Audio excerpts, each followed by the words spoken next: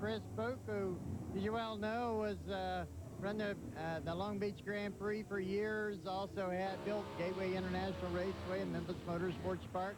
And Chris gave me a call after we'd been negotiating with Research.com, and we were able to put this together. We got a great sponsor for the Nitro Coupes, and we're going to do a great job for them. These are very exciting cars.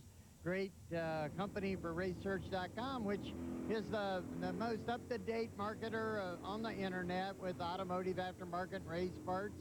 Want to know about Research.com? Just click here. All right, Roger, thank you very much. We continue on with round number 1 of the Nitro Coupe. Here comes the former Winters and Gendron entry. Now on his own, Doug Winters will be taking on Dan Nicholson. Nicholson, who has never won one of these events in Nitro Coupe, upsets Winters in the first round of competition. Dan Nicholson, 856, 97 miles per hour. He'll go to the semifinals. Take a look at what happened right there to Doug Winters. Oh, completely out of shape. Had to lift to keep from hitting the wall. And our final pairing coming up right now. This will be Jeff Brozovich in the old Grandpa Toy, the car that won the championship last year, against Jim Nordhaugen from Longmont, Colorado. The 41 Willys. Brozovich, though, 649, 219. He's serious. Look once again on the starting line at what happens with tire shake, but the Bros drove through it. Time now for Profile, a study of the cars and stars that compete on the Super Chevy circuit. Brought to you by Mega Power Car Care Products. Reach for the power. Now with this week's Profile, once again, Brett Kepner.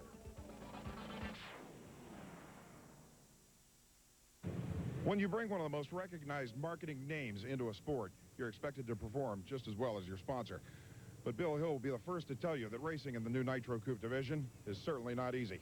Coming from, of all places, the Pro Street division, Bill Hill's nitro-burning 1970 Chevy Nova has already become a crowd favorite. But its times to race on Sunday have been few. Just cracking the bump spot at most Super Chevys has been a tough task, but then running competitively enough to even consider winning a round has obviously been one of the most difficult tasks of all. But here at Bristol, that opening round win was the first win light ever seen by Bill Hill in Nitro Coupe when he pulled the parachute lever, and now things are changing. It's unreal. I hated to see it against Coleman like that, and unfortunately that happens. But the win was definitely great. The crew worked so hard on this car, and it's nice to get in the second round. How much pressure do you feel from the sheer weight of your sponsor? Well, you know, Budweiser's pretty good with us. Naturally, they want to see a winner out here. So, yeah, it tolls on myself more than I think they put on me. I do it more to myself than they do. And, you know, we just want to win for them. That's what we're all about. Nobody ever said this would be easy, but I think a lot of people who have stepped into Nitro Coupe racing now realize more than ever that each one of you are pioneers. You're gaining your own information out there, and it's a slow learning process with a new combination. Oh, it definitely is. And, you know, it's a tough thing. And Coleman's been very nice as far as giving me a whole lot of help, and to have that happen in the first round was it was a good feeling, and it was very devastating all at the same time. It's a hard thing for your emotions to go through when that happens. Well, do you feel that there was any fault on your side of the tree? Well, no, I think there was fault on the car though. Coleman's always taught me real well to load my clutch, and I loaded my clutch real well, and when it did, it rolled in, and unfortunately, I kept pulling on the brake, and it kept rolling. I thought I was going to red light myself, and then Bill, unfortunately, he brought his in and wound up with the red light. So. Did you even see the red? No, I never saw red. I saw the first yellow, and I was gone. So, at the other end, when Coleman drove by you, you probably didn't think you won that round. I figured I had done lost for sure, and then Bill, unfortunately, Vic come down and told him, and by his emotions, I could tell what happened. Are you within striking distance now? Oh, they're definitely, yeah. We're just not pushing it real hard right now. We want to get down the track right now for Roger and everybody at Super Chevy, but we do want to win, and we'll turn the wick up when we have to. And by God, I think we got enough. We can make it work. When Bill Hill talks about breaking parts, believe me, they've broken everything there is to break in this car. But when Bill Hill talks about a win light making it all worth it, keep in mind he's talking about one solitary round victory, suddenly making a $500,000 investment seem like a reasonable one. Now that first huge step is behind them. They're a member of the collective known as competitive racers. And in drag racing, that's half the battle. All right, we'll take a break. When we come back, it's raining in Thunder Valley. came. They'll dry it off with the jet track dryer. While they do that, let's check in with Brett Kepner. As you can see, the rain may have stopped, but there's plenty of water around. And while track drying is going on, we decided to check out the activities at Super Chevy like we always do. But Big Daddy and I found something that you're not going to believe. Tom Wellman has created what he calls a racing simulator. We kind of think it's really not much of a simulation. That's a real live super gas Dodge Daytona single 4-barrel small block Chrysler wedge engine, 3-speed automatic transmission in it, connected to what is basically a dynamometer roller system. The car is chained down. Actually, the wheelie bars are bolted right to its base. You get in, there's a Christmas tree up there, leave the line, shift the gears, make an 8th-mile run. Could I challenge Big Daddy? He's going to have a big advantage because this is all he does. No, that's not true. I'll tell you what, there's a transmission brake in it. We'll forget about that. You and I will foot brake it. We'll go off our feet. Good idea. We'll let you go first, and then we'll see, once and for all, who's the baddest guy in a purple shirt.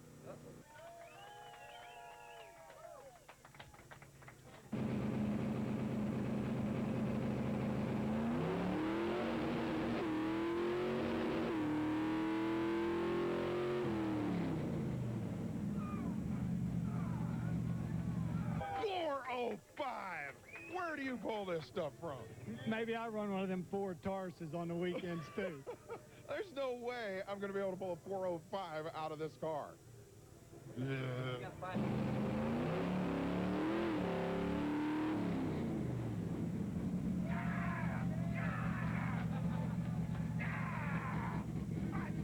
Well, Brett, you beat his reaction time, but not his ET. Right now, it's time for the Performance Tip. Professional tips on the latest performance technology available with Bill Kuhlman. Items featured on the Performance Tip are available from Summit Racing Equipment. 30 years of low prices and expert advice. You know, when sportsman racers look for pistons, they usually go to the brand name. JE is one of those popular brand names, kind of like Summit Racing Equipment. And this is Summit Racing Equipment's Performance Tip. JE is one of the top-of-the-line manufacturers. But SRP, is that new? Well, it's been around a couple of years, but what's it stands for? Sportsman Racing Products by JE Piston. Yes, the people that make the technology for the professional piston is put the same technology into a sportsman piston. And you might ask, well, what's different? We can't afford those high-dollar pro-line pistons. You can when you look at the SRP piston, and here's why. You get all the technology of the pro piston. You get the forged unit. But what they did was they used a symmetrical port design. And what that means is they don't have to make rights and lefts to fit that valve situation. They're symmetrical. The piston can fit either side of the engine. Therefore, they only have to make one forging. They pass that savings on to you. They make that for any engine where that application will work out. Ford, Chrysler, and in this case, small block Chevy. So when you want the latest in technology at a sportsman price, look for SRP. All right, thank you very much, Bill. Well, the rains came to Thunder Valley. They dried the track. The rains came again. Now they're drying the track again. What's going to happen? Here's Brett Kepner. Well, Ted, it may not look like a rain out, but we've just received word from Roger Gustin, the head of Super Chevy shows throughout the country, that this one's over, and I guess you really didn't have much of a choice because it's rained on and off now for a good long time. Fortunately, we got first round of our pro cars over with, and we got another serious cell coming in with more rain. The only thing we could do is pull a plug on this. We're going to finish up the Nitro Coupe race at Epping, New Hampshire. And so, when we return from the break, we'll go to Epping, New Hampshire, and show you who wins this race. For Chevy Show, which is not in Bristol anymore, but rather New England Dragway in Epping, New Hampshire, as we continue that race under blue skies. Hopefully no rain this time. Wait a minute. That's Bill Kuhlman's pit. What's he doing here? He lost. Well, Big Daddy went down to get the scoop. Well, but you got lucky. Mr. Hill is not going to be here, and it kind of gives you another shot at it. Right. I like to control my own destiny, but you know what a lot of drivers, and you can verify, Don, you can control your own destiny and everything, but every once in a while lane choice will take that away from you too. I hope that doesn't play a factor this weekend, but at least we got a fighting chance. I'd rather have one more round with that fighting chance than not be in it at all. Dan, down in Bristol, the last time I saw you go down the track, you were coasting. What happened? It sheared the coupling on the blower. and the blower just shut off and just dumped the fuel down it and shut the motor off. That's basically all that happened. We changed blowers up there, got ready for the last round. As everybody knows, it got rained out. Okay, coming here now, you've had no time trials. You're going to go out here cold turkey. How's this conditions here compare with what you left at Bristol? Well, the weather's a lot better than what we had in Bristol. The corrected altitude is about 1,200 feet right now. The track conditions, I don't know. That's everybody's going to have to race on the same surface. I got a tough competitor, which is Jeff. He's going to be right there. So without having any time trials to do, it's going to be a tough first round for us. And the reason Bill Coleman is here once again, Bill Hill, who defeated Coleman, could not come all the way up here to Epping, and so Super Chevy runs a break rule. That is, Coleman gets back in. If the guy that beat him doesn't show, Hill didn't show, so Coleman is running. Dave Graytech, who just upset Bill Coleman. 660, 213 miles per hour as Coleman got way out of shape there. And then here comes Dan Nicholson. He'll have to take on the Braz. Jeff Brozovich, who's running the old 38 Special that won the championship last year. Odds-on favorite is Jeff Brozovich. But look, he's out of shape. Crosses over, comes in behind Nicholson. Nearly hit the wall. Dan Nicholson goes in to his first ever Super Chevy Nitro Coupe final. Let's look one more time. You can see he almost came over and clipped Nicholson, lifted and shut down just in time after nearly hitting that wall. Jeff, I was up on the starting line. Looked like this car had a hole out. Could that have anything to do with it? Yeah, we had the car set up pretty rich on the launch RPM, trying to put a couple cylinders out. We knew in this air, at this sticky racetrack, it was going to leave hard. We just had the car hooked up a little too hard, and that's why it drove so hard left. This special coverage of the Super Chevy Series on ESPN2 Speed World is brought to you by Mega Power Car Care Products. Reach for the power. And by Summit Racing Equipment, 30 years of low prices and expert advice. In Epping, New Hampshire at New England Dragway, the capacity crowd very enthusiastic as these Nitro Coupes come up for their final run. And it'll be two guys that have never been in a final this year. Dan Nicholson against Dave Graytech, who is getting all the bugs sorted out on that new 37 Chevrolet Grandpa's Toy. Are you going to do anything to it now for this final? Your competitors only went 676.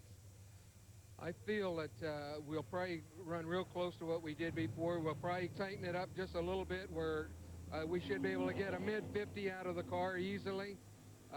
This new car has just been a struggle for us. We just, the last couple of races, started getting down the track. So we're still not putting the full power and putting all the clutch in it because this car has gotten very ugly on us. Now, 676 does not beat 660, right? It does not, but I think we got about a 10 tenths and a half real easy. Jeff and them, they know how to tune cars just as well as anybody else, so it's going to be a tough one. We'll find out in just a moment as they back up and prepare to stage. We'll have that final, but right now, it's time for the driver's school. Pro Stock veteran Roy Hill takes you, the viewer, through his drag racing school week by week. Brought to you by Roy Hill's Drag Racing School.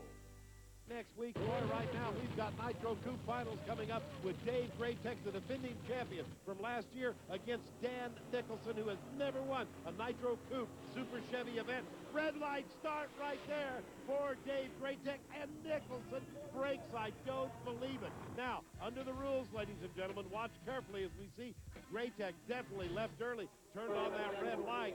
Nicholson must go to the finish line. Right now, nothing Graytech can do to win this event, but Nicholson must keep going. Let's see if he can do it. He has broke the car. He's put the clutch in. He's drifting right there into the speed trap. 66 more feet. He is officially the winner.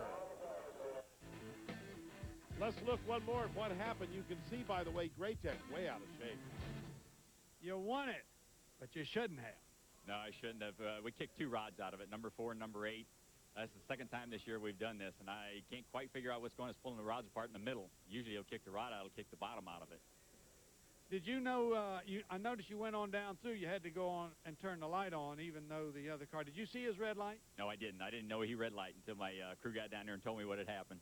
Well, I was standing there in the stands and I'm saying, keep going, don't shut it off, because I think you do have to cross the finish line. That's what I understand.